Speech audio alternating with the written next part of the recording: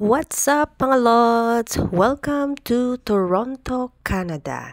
Kadarating lang dito mga lods, malamig-lamig na ang panahon. O diba ang saya, nakapag-travel na ako ng napakalayong lugar. Imagine niyo guys, nag-travel ako ng almost 2 days. Ang grabe, ang pinagdaanan bago ka makarating dito. Pero sobrang nagpapasalamat ako kay Lord at walang naging aberya sa pag-travel na ito. Sobrang saya, Lord. Thank you very much sa opportunity ibinigay mo sa amin. Yan.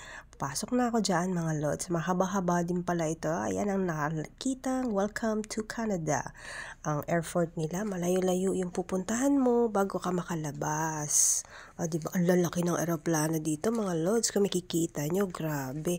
Kasi ba naman papunta ng Canada from Abu Dhabi ay 14 hours yun. Diba? Gawin mo na lahat ng pwesto. Charat. Ayan dito sa lugar na to guys, dito ko na kinukuha yung mga luggage ko. Ayan, 3 luggage. Kulang pa nga daw. Kulang pa yung luggage ko. Enjoy na enjoy sigurado dito. Kasi malamig-lamig yung panahon nila. Ang ganda ng airport din nila dito mga lods. So, very smooth lang. Walang masyadong madaming tao. Or siguro na timing lang ako kasi ito yung 3:00 na dito mga lods.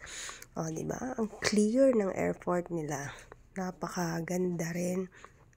Sa mga napuntahan kong airport din, walang masyadong pasikot-sikot. Makikita mo talaga agad kung ano yung hinahanap mo. Ayan, hinahanap ko pa yung bag ko kasi kalalapag lang namin dyan at naghihintay ng mga luggage. Sa sobrang laki ng eroplano, syempre, asahan mo dyan na napakarami talaga ng luggage kasi sa isang tao, 2 luggage yung pwedeng ipasok, diba? Pera pa yung mga iba na business class, yan, mga lods. Ang saya. Salamat at nakatungtong na tayo sa Canada. Marami ang gustong makarating dito at isa ako sa nabigyan ng pagkakataong makapag-travel dito. Kaya tara na mga lods! Na-excite na ako lumabas ng airport at maglibot-libot dito sa Canada. Dati pa mga lods, gustong-gusto ko ma-experience dito yung snow. Pero hindi ko alam ngayon kung makikita ko yung snow na yun dito sa Toronto, Canada. Sa mga nakakaalam dyan, meron din bang snowing dito na malakas-lakas sa may bandang Toronto? Comment nyo lang mga lods. Sobrang nakaka-excite, no? Hindi pa ako nakakalabas pero punong-puno ng excitement yung nararamdaman ko dito.